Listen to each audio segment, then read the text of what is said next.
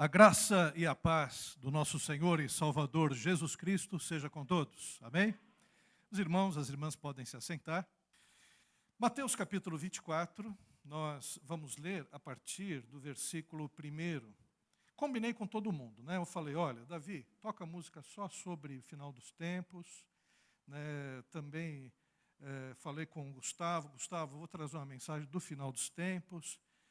Combinei com todo mundo para que a gente pudesse estar tudo em sintonia. Na verdade, não combinei, né?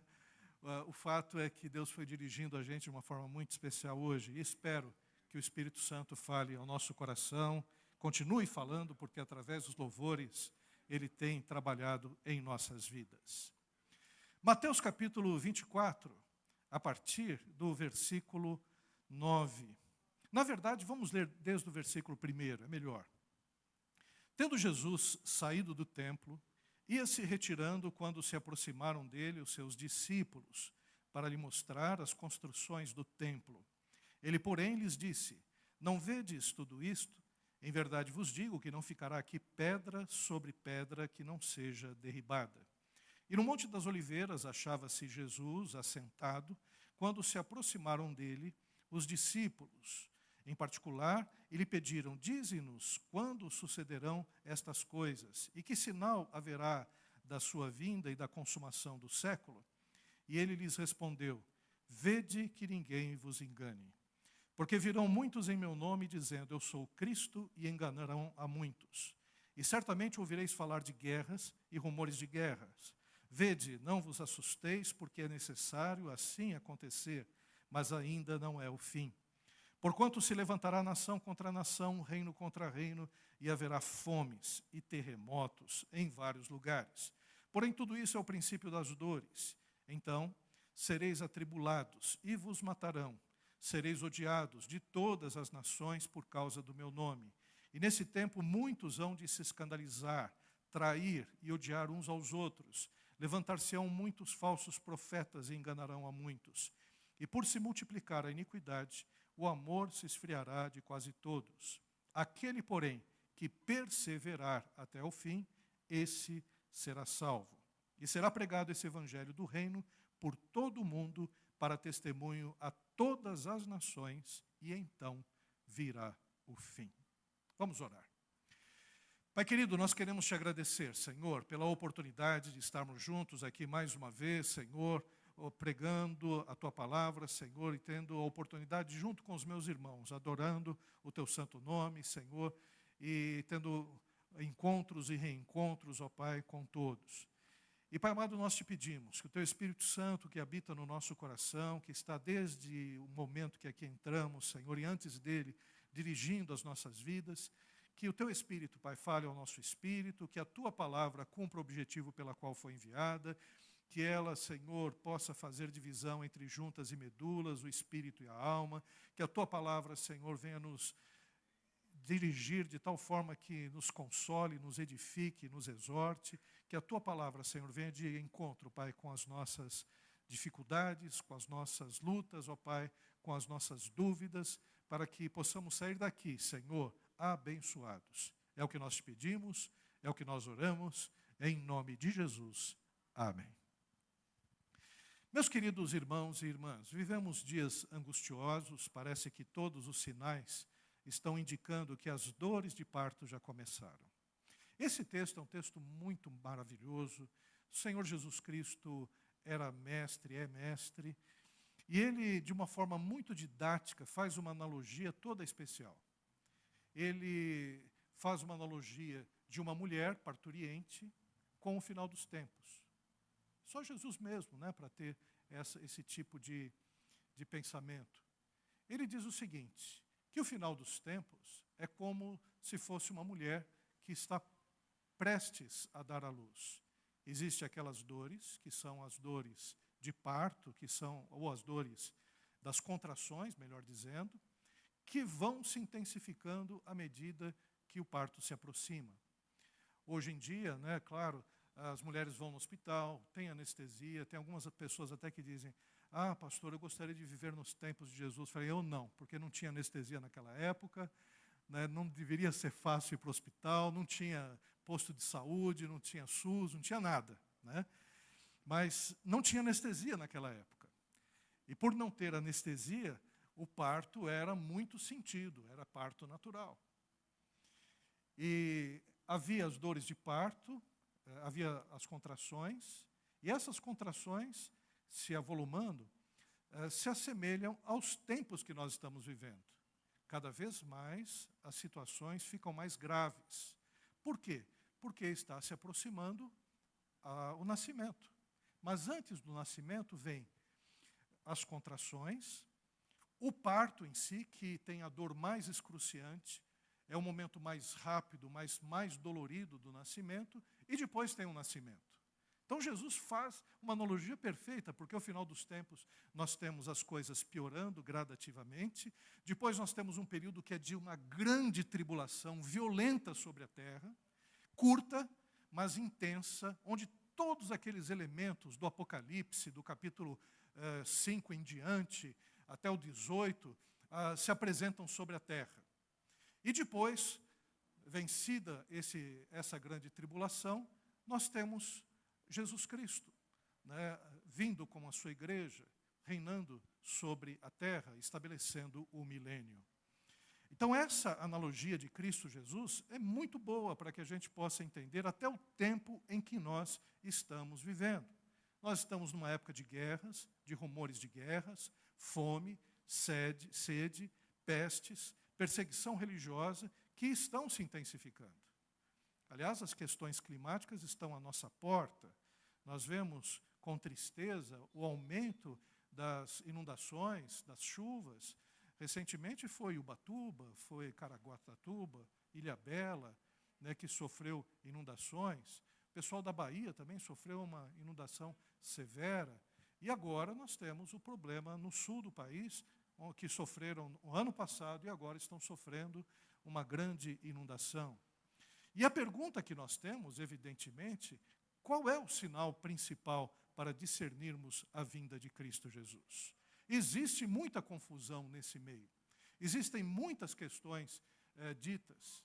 Eu me lembro que nos anos 80, muitos livros foram escritos dizendo que a volta de Cristo seria quando haveria em 82, se eu não me engano, o alinhamento dos planetas, coisa que até então a ciência não tinha publicizado tanto, né?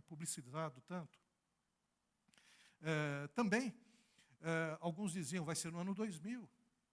Eu me lembro que eu estava dando aula no seminário e um aluno lá no seminário presbiteriano coreano disse, pastor, eu vou parar o seminário. Eu falei, mas por quê? Pastor, nós estamos em 1999. Jesus Cristo vai voltar ao ano que vem. E para que eu vou estudar? Não vou terminar o curso, pastor. É dinheiro jogado fora. Eu vou ficar aqui estudando e não vou ter oportunidade de fazer mais pela obra. Então eu vou sair, vou fazer a obra, porque eu sei que ano que vem Jesus Cristo vai voltar. Eu falei, mas meu irmão, a Bíblia não marcou nenhuma data. Eu falei, não, pastor, está aí, os sinais estão aí. Né? E aí, outro dia, encontrei ele. Né? E ele olhou para mim e falou, pastor, Jesus Cristo não voltou. E eu não terminei o seminário. Né? Eu falei, está vendo, você deveria ter terminado o seminário. E uma irmã, por exemplo, na igreja que eu pastoreava lá na Vila Nova Cachoeirinha, ela dizia, pastor, é final dos tempos, é como diz lá o Apocalipse, até 2000 chegará, no 3000 não chegará. Falei, mas onde está escrito isso na Bíblia, irmã? Né? Isso está escrito na Bíblia de Nostradamus, porque na nossa Bíblia não está escrito isso. Né? E aí o que nós podemos ver? Existe tanta confusão sobre isso, e quando as coisas ficam complicadas, a gente fica receoso do que pode acontecer. Todos nós ficamos perguntando. Os antigos diziam, sinais no céu, desgraça na terra. E por aí afora. Né? Muitas coisas as pessoas dizem acerca do final dos tempos, mas nada melhor do que a gente procurar na palavra de Deus a nossa direção. Qual o contexto dessa passagem? Jesus, ele está próximo da sua crucificação e a oposição é crescente. E diante de um culto religioso hipócrita que se fazia no templo, naquela época, Cristo faz asseverações duríssimas aos fariseus. E antevendo o final dos tempos, Cristo alerta os seus discípulos para os sinais do fim no Monte das Oliveiras. É muito interessante porque os discípulos, os apóstolos, estavam olhando para o templo e diziam: olha só que construção, né? O Herodes tinha reformado o templo tinha aumentado de tamanho, a esplanada estava grande, todos estavam admirando, porque o projeto de Herodes, o projeto dele era aumentar o templo, colocar um símbolo romano e transformar aquele templo num templo romano, de algum deus. Ele tentou fazer isso uma vez. Colocou uma águia romana, teve uma rebelião, ele teve que tirar essa águia romana. Mas ele estava ali, reformando o templo, fez uma esplanada onde tinha o pátio dos gentios, havia o pátio das mulheres. Ficou uma coisa impressionante. Tanto é que o que sobrou hoje do templo é aquela esplanada que Herodes tinha feito e a parte do muro oriental onde fica o Muro das Lamentações. O resto foi destruído tudo.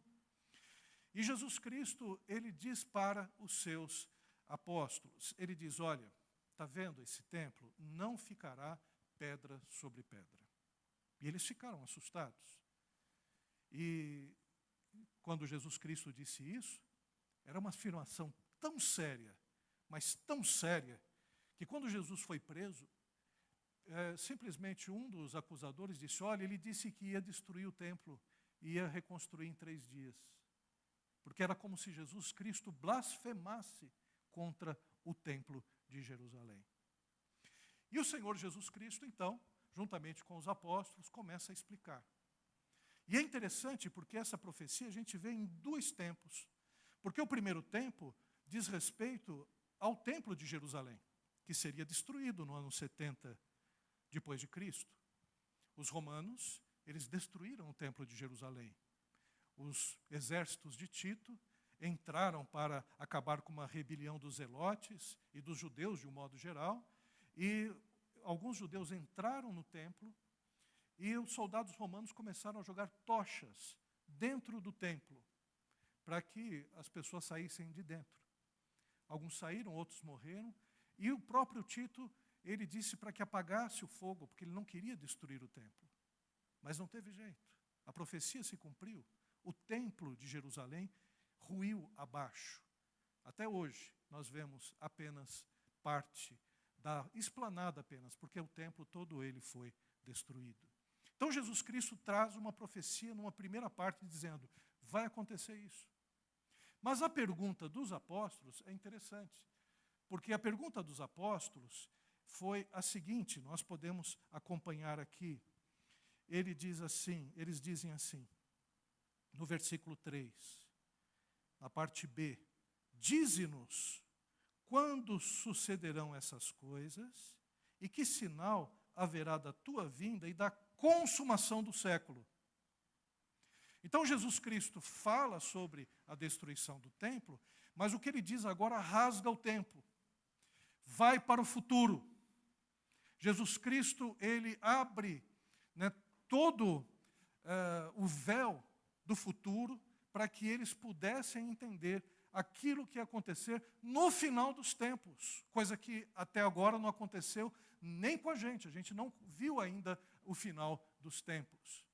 E esse texto maravilhoso acaba sendo uma orientação para todos os cristãos em todas as épocas, porque afinal de contas haverá um tempo do fim.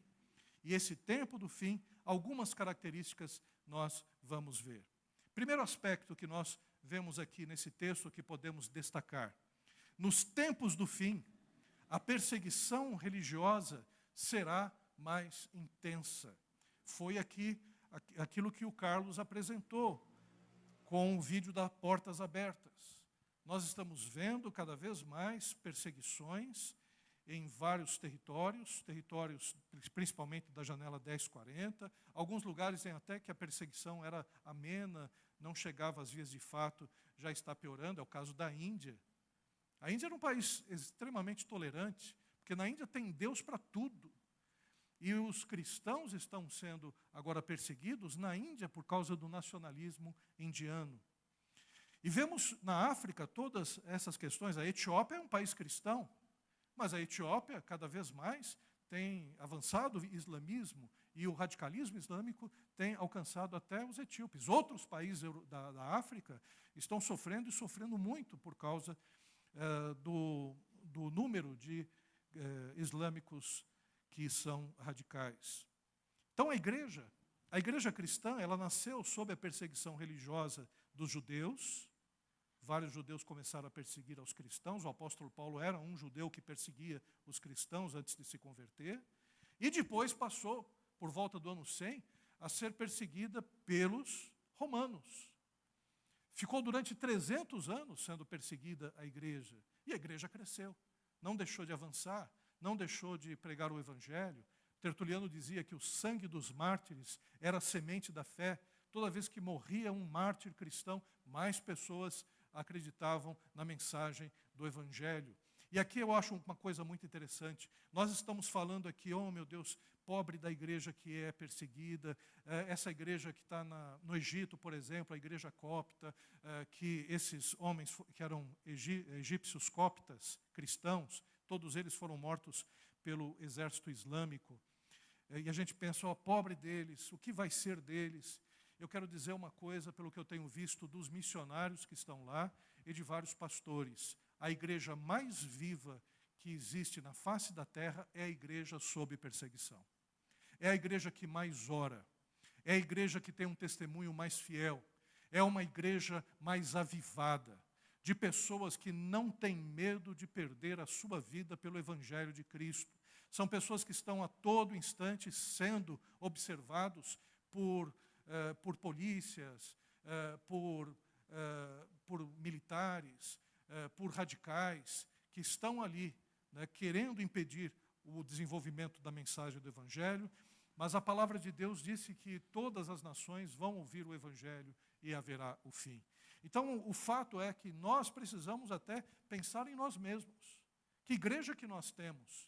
Às vezes a nossa igreja é extremamente fraca, de cristãos que simplesmente vão aos templos de acordo com a sua própria vontade, não tem aquele compromisso com os outros irmãos, não buscam crescimento espiritual, não são discípulos, nem estão discipulando ninguém, não têm preocupação em amadurecer nos seus dons e talentos, simplesmente participam dos cultos apenas como observadores, como simpatizantes. Que igreja que está viva, na verdade? É a nossa ou a igreja que está sofrendo a perseguição? Então, existe uma igreja sendo perseguida. Em toda a história do cristianismo, identificamos perseguições e martírios. E hoje, nós alcançamos um nível de perseguição religiosa sem precedentes na humanidade. Cerca de 100 mil cristãos morreram o ano passado. Ou por questões políticas, como no Sudão do Sul, no Sudão do Norte, em que houve questões entre cristãos e islâmicos, disputas de terra, ou simplesmente por questões religiosas mesmo, como nós vemos em vários outros países. Então, hoje, nós precisamos orar sim, contribuir sim para a igreja perseguida, para o trabalho missionário. Nós estamos recebendo vários refugiados. Refugiados do Afeganistão ainda estão chegando, são 7 mil que tiveram vistos. E eles estão chegando e fazendo acampamento lá no aeroporto de Guarulhos. A gente teve a oportunidade de falar com alguns e vimos o sofrimento deste povo que teve que sair correndo, né, por conta de questões religiosas. Islâmicos moderados estão sendo perseguidos por islâmicos radicais. Existe uma multidão de islâmicos vindo para os países do Ocidente. Pessoas que eram sunitas, que estão sendo perseguidos por xiitas, ou o contrário também. As guerras religiosas que estão sendo cada vez mais impactantes, fazendo com que haja refugiados por questões religiosas. Aliás, os refugiados agora existem de todo tipo. Tem o refugiado climático também, que é aquele que não consegue mais viver no local que antes vivia por causa dos alagamentos. Outro aspecto que nós vemos também nesse texto: nos tempos do fim, a apostasia da igreja aumentará. A igreja institucional será muito abalada, que é o que nós estamos vendo. Hoje existe uma proliferação de igrejas. E existe também uma proliferação de lobos, de homens que se auto-intitulam pastores, de pessoas que simplesmente abrem trabalhos ao seu bel prazer para manter um poder sobre as pessoas, poder financeiro, algum tipo de fama, e estão aí. Alguns até viraram coaches, alguns utilizam a rede digital para influenciar outros cristãos com o objetivo de aferir lucros para a sua própria vida. Não estão preocupados com o crescimento espiritual das ovelhas, sequer estão preocupados com as ovelhas. É como dizia Martinho Lutero na época da Reforma Protestante. Antes, a igreja se preocupava com os homens de bem, agora a igreja se preocupa com os bens dos homens. Martinho Lutero disse isso nas 95 teses. Ele disse também que antes os pastores, eles viviam da lã das ovelhas. Hoje, os pastores vivem das lãs, da carne e do sangue das ovelhas. Então, nós estamos vendo uma proliferação.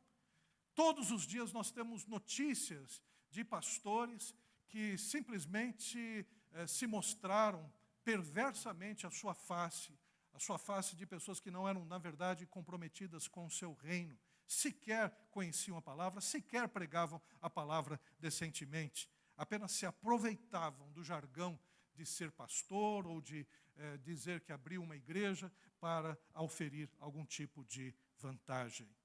Haverá uma confusão doutrinária, fruto de uma acomodação de parte da igreja ao mundo. E não pense, por que existem pastores assim? Porque existem membros, existem ovelhas que seguem tais pastores. Existem pessoas que gostam de ser enganadas. Existem pessoas que, na verdade, estão atrás de pastores que prometem riquezas, porque o seu Deus é mamon, o seu Deus é a riqueza. Frequentam tais igrejas porque houve promessas de prosperidade e estão atrás dessas igrejas. Não estão atrás de oração, não estão atrás de estudo bíblico, não estão desenvolvendo as disciplinas espirituais. Estão simplesmente querendo ter vantagens com a igreja. Então, existe uma igreja institucional que serve a esse tipo de gente que não muda a sociedade, de gente que não muda a sua própria casa, de gente que não tem um testemunho cristão, tem um verniz religioso, tem uma cara de crente, mas, na verdade, simplesmente são pessoas que não obedecem a Cristo Jesus, não conhecem a Jesus Cristo como Senhor de suas vidas, apenas são religiosos que estão buscando servir ao seu próprio ventre, como diz lá em 2 Timóteo, no capítulo 4. Então, nesse sentido, não será incomum a divisão e a traição aos valores do Evangelho de Cristo e seus seguidores. Nós estamos vendo isso não só no Brasil, mas em todo o mundo. Existem pregadores e mensagens que simplesmente a gente abomina, desconhece. Outro dia eu ouvi um pastor, eu não acreditei no que ele estava fazendo, era um culto de ceia, ele colocou um grande cálice cheio de suco de uva, né, e outro lugar onde havia os pães, e ele simplesmente se arrogando, dizendo apóstolo, ele pegou óleo, colocou na sua mão e foi ungir o suco de uva, que seria bebido como símbolo do sangue de Cristo na vida das pessoas. Eu pensei, quem é aquele homem que está fazendo um negócio desse? Quem é ele para chegar e mexer num símbolo que é o símbolo da ceia, que é o sangue de Cristo? O que ele está querendo dizer, mostrando que ele está ungindo o sangue de Cristo? Quem é ele? Outro dia eu vi uma oração que me chamou a atenção. O pastor, ele estava orando por uma pessoa e diz assim, olha, Senhor, quem está orando aqui é fulano de tal. Como se dissesse, não é qualquer pastor que está orando, não. Viu, Senhor? Quem está orando sou eu. E eu ordeno que num raio de 100 quilômetros aqui nenhum demônio apareça. E, Senhor, quem está orando é fulano de tal. Eu falei, Senhor amado, quem esse sujeito pensa? Ele está muito diferente daquele Jesus Cristo que lavou os pés dos apóstolos, dizendo que quem quisesse ser o maior, que fosse o menor, que servisse aos outros, que fosse manso e humilde de coração, como ele é, na verdade. Então, o que nós estamos vendo é uma igreja que está se afundando na apostasia. A igreja institucional tem se mostrado dessa forma. E não só essas igrejas novas também não. Dentro das igrejas batistas também, absurdos acontecem. De pastores que não conhecem o Evangelho, de pastores que simplesmente por um descuido foram ordenados pastores da igreja, e por conta estão fazendo absurdos aí em vários lugares do país. Então essa é uma marca do final dos tempos. Outro aspecto que nós vemos, nos tempos do fim, a iniquidade torna-se generalizada. Existe uma síndrome do sapo na panela fervente. Dizem que se você pegar um sapo e jogar numa panela que já está fervendo, com a água fervendo, ele vai pular para fora. Mas se você colocar um sapo numa panela que a princípio esteja fria e você começa a esquentar aos poucos, o sapo não percebe o aumento da temperatura e ele morre totalmente fervido. Que é o que está acontecendo muitas vezes na nossa sociedade. Aos poucos, nós estamos aceitando alguns costumes, algumas ideias que estão nos fervendo aos poucos. Isso nós estamos vendo nas gerações. As gerações anteriores de cristãos, eu sou terceira geração de cristãos, eu conheci como eles fundaram as igrejas. Na oração, na busca de Deus, na busca da santidade. E nós percebemos que existe uma diluição, cada vez mais, a igreja ela vai perdendo esses aspectos. Tanto é que hoje, grande parte das igrejas se preocupa com o entretenimento. Uma pessoa busca uma igreja quando ela tem ar-condicionado. Uma pessoa busca uma igreja se tiver um estacionamento bom para colocar o seu USB, né? Ou qualquer outro carro que queira ter. Se tem segurança. Busca uma igreja se tem um departamento infantil totalmente montado. Não busca uma igreja para servir ao Senhor, mas busca uma igreja para ser servido. Então, tais cristãos que agem assim, simplesmente não vão ficar nas igrejas. Eles vão ficar de 2, 3 anos apenas na igreja, porque a tolerância deles em relação aos problemas é pequena. Daqui 3 anos eles vão buscar outra. Uma maior, uma mais perto de casa, uma que tenha um entretenimento melhor, um que busque coisas melhores. Então, esse tipo de cristianismo é um tipo de cristianismo que mostra o quanto a iniquidade das pessoas está aumentando. Cada vez mais os cristãos vão se mundanizando, transigindo com os valores do mundo. Isso causa esfriamento espiritual, afastamento de Deus e inúmeras desculpas para não viver o Evangelho de Cristo Jesus. Nós vivemos numa sociedade muito complicada. Uma sociedade, eu fiz o livro a respeito das fake news, mas também a respeito da questão, a gente colocou a questão da empatia digital. Os cristãos não se portam decentemente nas redes sociais. Não se portam. Entram em discussões, em confusões, xingam os outros por causa de política, xingam os outros quando são contrariados. São pessoas intolerantes. É interessante, façam uma pesquisa, vejam uma pessoa que está xingando, vejam uma pessoa que está maldizendo o outro, veja o perfil dessa pessoa, está lá, geralmente está escrito lá, cristão conservador. Mas que raio de cristão é esse? Pode ser o que for, mas uma pessoa que defende os valores do reino não é. Porque, afinal de contas, um dos aspectos daqueles que são considerados bem-aventurados, são bem-aventurados os pacificadores, porque eles serão chamados filhos de Deus. Nós pregamos a paz, pregamos sobre Cristo, que é o príncipe da paz. Nós pregamos a reconciliação de Deus Pai conosco, através do sangue de Jesus Cristo, que nos reconciliou. Nós pregamos a reconciliação de um com os outros. O que é a ceia? A ceia do Senhor, nós estamos mostrando que através do sangue, o Senhor Deus nos reconciliou. Nós hoje temos paz com Deus. A nossa pregação, o nosso cumprimento, não é à toa, é graça e paz. Os pentecostais dizem paz do Senhor, porque nós temos paz com Deus. E quando nós celebramos a ceia com o pão, nós estamos mostrando a celebração com os nossos irmãos, porque quando eu participo do pão e o meu irmão participa do pão também, nós estamos dizendo que somos um em Cristo Jesus. Nós fazemos parte do mesmo corpo, da igreja de Cristo, a igreja do Senhor Jesus. Então, o que nós podemos perceber? Hoje vivemos um tempo de esfriamento espiritual, e isso já era previsto na própria Escritura Sagrada. Mas outro aspecto que nós vemos, e aqui é interessante, porque nós apresentamos alguns aspectos relativos à apostasia, à perseguição, também à iniquidade. Não falamos de outros aspectos que poderíamos explorar também, como a questão das pestes que estão aí, também as doenças. Mas, nos tempos do fim, o sinal principal é a evangelização mundial. Você quer saber quando é que nós estaremos perto do fim? O Senhor Jesus deixou a senha. Ele disse, quando esse evangelho for pregado a todas as nações, e então virá o fim.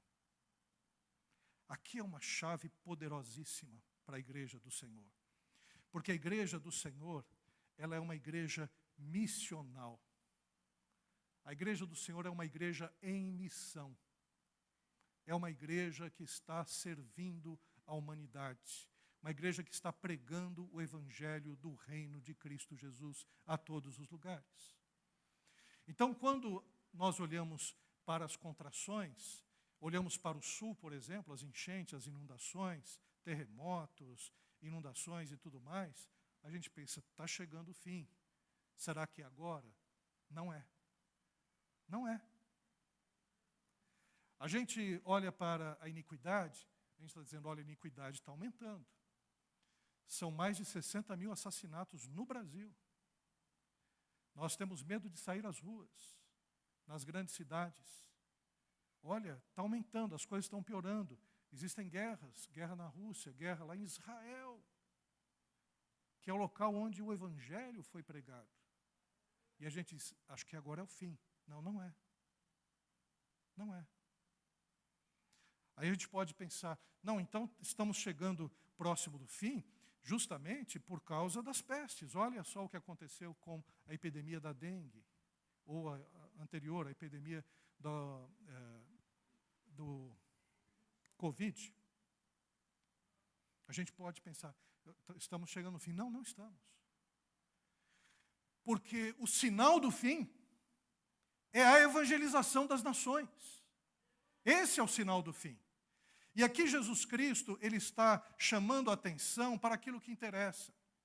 Porque a gente fica na nossa TV, muitas vezes, como muitos crentes, assistindo o noticiário, o Datena, assistindo o Fantástico, assistindo o Globo News, Jovem Pan, o que for, e olha algumas catástrofes, e lá sentado no nosso sofá, que a gente comprou em prestação nas Casas Bahia, mas muito confortável, que a gente está ali olhando, com uma pipoca, comendo e dizendo, olha o fim chegando. E com pipoca, comendo pipoca. Né? Oh, graças a Deus, o fim está chegando. E comendo pipoca. Como se isso fosse o papel de nós cristãos. Não é esse o nosso papel. Não é simplesmente olhar para o texto bíblico e olhar as desgraças que estão acontecendo e dizer, olha que bom, Jesus Cristo está voltando. E o mundo poderia acabar em barranco para ficar encostado também. Então a ideia de Cristo Jesus é outra. Ele atrela justamente a evangelização mundial, porque tem muita coisa a ser feita. Qual é a nossa posição em relação ao que está acontecendo lá no sul do país? A nossa função é ajudar as pessoas que estão lá e, se possível, como voluntário, trabalhar na evangelização das pessoas que estão sofrendo lá no sul. Qual é a nossa posição em relação à evangelização mundial? Orar. Orar, pedir ao Senhor para que muitos missionários sejam levantados. E se Deus, Ele estabeleceu uma pontinha só de vontade de fazer missões, já entra num grupo missionário, faça um curso missionário, porque possivelmente é você que vai ser enviado para levar o Evangelho para outras nações. Então, a nossa posição é uma posição ativa. Existem pessoas doentes, Nós somos aqueles que vamos cuidar delas. Existem pessoas que estão se matando nas redes sociais, gritando uns com os outros, cancelando uns aos outros, fazendo linchamento virtual. Somos nós que vamos ser os pacificadores, que vamos dizer, olha, eu estou orando por você, eu estou pedindo ao Senhor que abençoe a sua vida. Nós vamos entrar nos perfis dessa pessoa e dizer, olha, eu estou vendo que você está muito alterado. Saiba que eu sou uma pessoa que está orando por você, para que Deus trabalhe no seu coração. Meus queridos irmãos, quantos aqui foram alcançados por um gesto de amor de alguém, por uma pessoa que se aproximou? Eu lembro do Bispo Chester, eu não sei se o Bispo Chester já pregou aqui, mas ele já pregou lá em Santo André. O Chester até tem um nome engraçado, né? Bispo Chester, a gente já pensa já em algo culinário, né? Mas pensa em Natal, né? Bispo Chester. O Chester, ele era morador de rua. Ele estava lá numa das capitais, lá nos Estados Unidos, acho que era Memphis. Acho que estava em Memphis. E estava ali, com seu carrinho de supermercado, né, correndo as ruas, pedindo coisas, sentando nas calçadas. Até que um dia, uma pessoa chegou perto dele, uma pessoa cheia do poder de Deus, e disse, o que você está fazendo aí sentado? Deus tem uma grande obra na sua vida. E Deus está chamando para que você seja um servo dele e um pregador do Evangelho. Quantos de nós poderíamos dizer isso para um morador de rua? Aliás, o que a gente tem dito para o morador de rua? Se é que a gente diz alguma coisa para os moradores de rua. Esta mulher, ela cheia do Espírito Santo, ela disse isso para o Bispo Chester. E o Chester chegou, levou a sério. Ele não era um morador de rua que estava por causa da droga, por causa da bebida. Ele era uma pessoa que tinha desistido da vida. E ele pegou a Bíblia. Ele, em menos de um mês, ele leu a Bíblia inteira. Procurou uma igreja. Começou a ser cuidado por essa igreja. Foi fazer um curso também teológico. E começou a pregar o Evangelho em tudo que foi lado. Só sei que esse pastor, esse bispo, ele tem igrejas nos Estados Unidos e aqui no Brasil ele tem aberto algumas igrejas, principalmente na região mais de Minas Gerais. Então o que a gente pode perceber? Ele foi alcançado por um gesto de amor, de um cristão, de uma cristã, que se permitiu ser usada por Deus para alcançar alguém que estava caído. Esta mulher entendeu o que é ser cristã.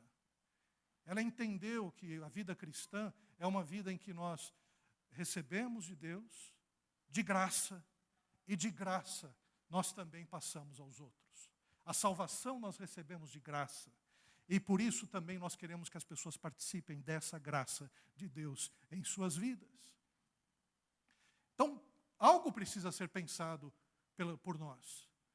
A gente se preocupa muito com a administração da igreja, a gente se preocupa muito com os estatutos, se preocupa muito com os regimentos, a gente se preocupa muito com os departamentos internos, a gente se preocupa com muitas coisas dentro da igreja de Cristo, a gente se preocupa com a parte que seria a parte mais de atendimento às pessoas, a gente se preocupa com a manutenção dos membros da igreja, a gente não quer que as pessoas se percam, e isso tudo bem, a gente tem que fazer mesmo. Mas muito mais a gente tem que fazer é sair para fora e falar do Evangelho de Cristo Jesus.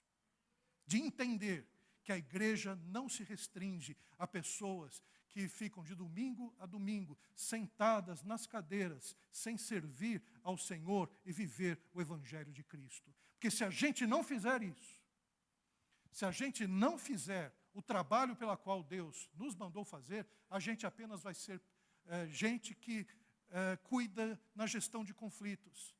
Pisaram no pé da irmãzinha. O irmãozinho não vai fazer isso. O irmãozinho está reclamando disso. Oh, meu Deus, vamos orar por ele.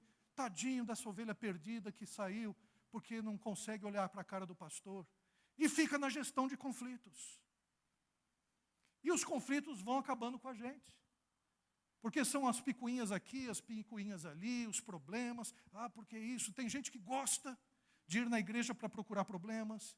Tem gente que gosta de ir na igreja para ver, não as coisas boas que estão acontecendo. É que nem aquele pessoal que vai no aeroporto para ver avião.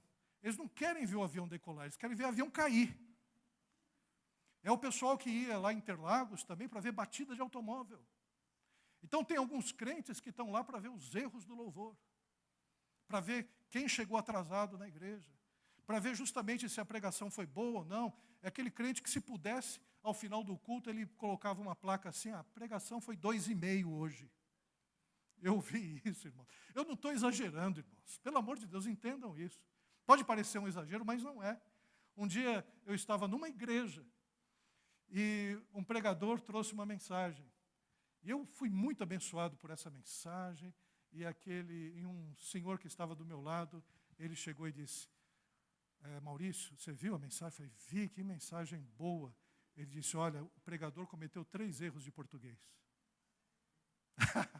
Eu fiquei pensando: meu Deus do céu. Né? 3 erros de português. Ele estava preocupado muito mais com os erros. Era como eu quando adolescente. Quando adolescente, sabe aquele adolescente que está na igreja porque o pai manda? Aqui não tem nenhum adolescente nessas condições. Nenhum.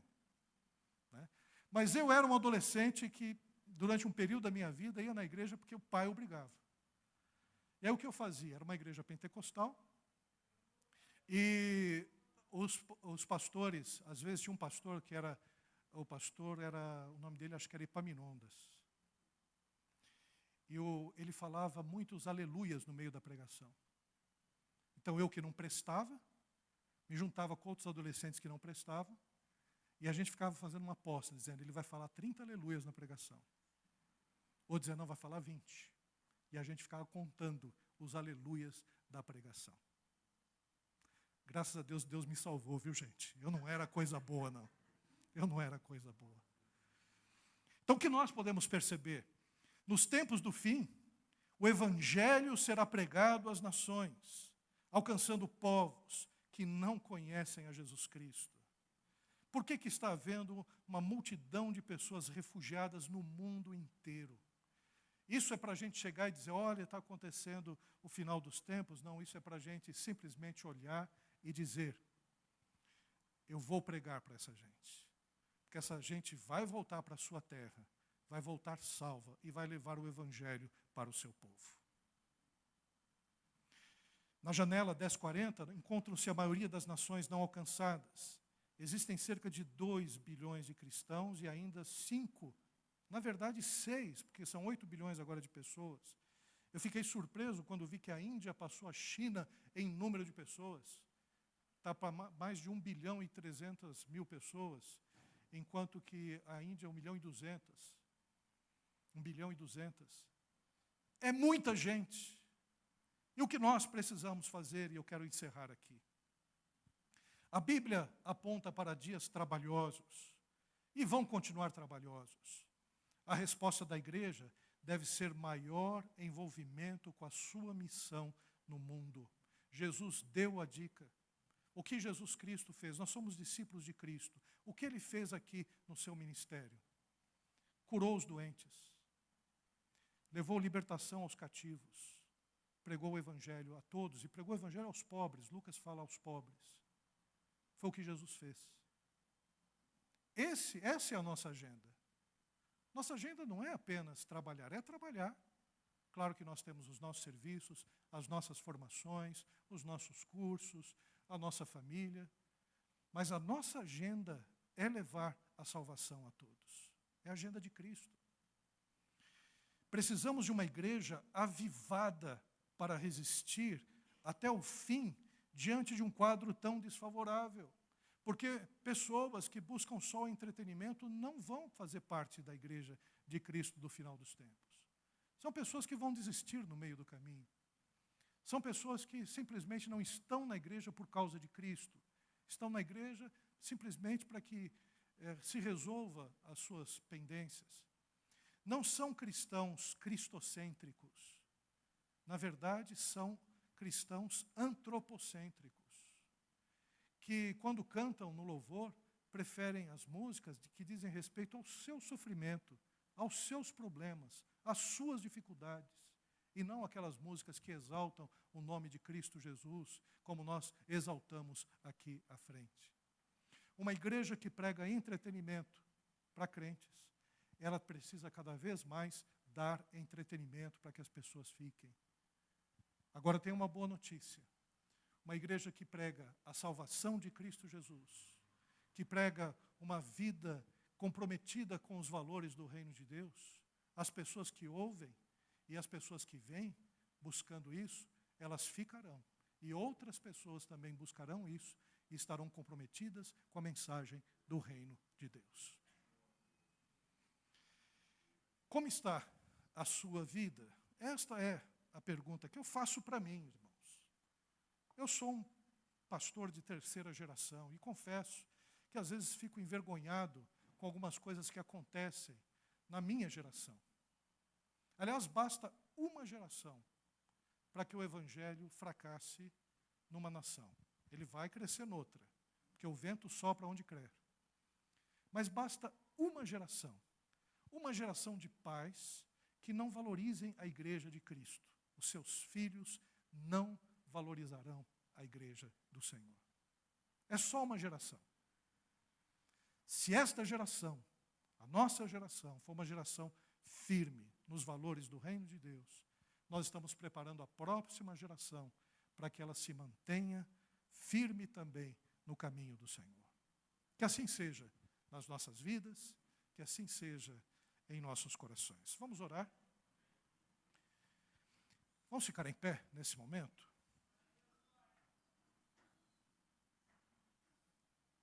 Irmãos, olhe para fora. Não fique olhando apenas para dentro. Qual é o sentido dessa palavra? Ore para as pessoas que estão sofrendo. Olhe para as pessoas que precisam de Cristo. Olhe para as pessoas que precisam ser alcançadas. Não fique olhando apenas para si, porque, na pior das hipóteses, você pode sofrer uma série de coisas, mas você está salvo. Por um pouco de tempo, e você estará na eternidade com Cristo Jesus. Por um pouco de tempo, e você estará juntamente com a igreja de Cristo nas bodas do Cordeiro, festejando a salvação e a vida eterna. Por um pouco de tempo. Isso vai passar. Você se lembra disso, quando você jogava bola com a rua de cima? Hoje você não tem nem joelho para isso. Né? Tem alguns irmãos que eu subi essa escada aí, já falam, meu Deus do céu. Né? Por quê? Porque o tempo está passando. E se tudo der errado nessa terra, eu vi um pastor dizendo o seguinte, que se Jesus Cristo, ele só trouxesse problemas na nossa vida, dificuldades, angústias, e que se para nós salvarmos, ele pedisse para nós, para que a gente se ajoelhasse todo dia no milho, ainda valia a pena por causa da vida eterna. A boa notícia é que ele não pede nada disso. A salvação foi pela graça. Ele nos ama. Então nós estamos salvos. Aleluia, nós estamos salvos. Mas um monte de gente não está. E essas igrejas e essas cadeiras que estão aqui, né, é para essas pessoas.